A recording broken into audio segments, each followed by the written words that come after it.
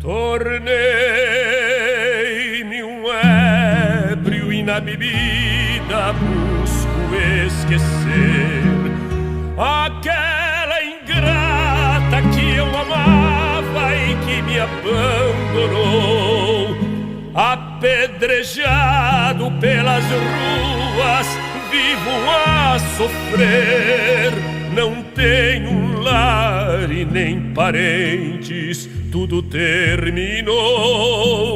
Só nas tabernas é que encontro meu abrigo.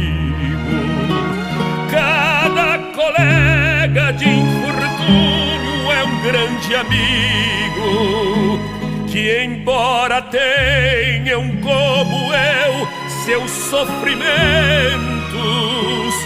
me aconselham e aliviam os meus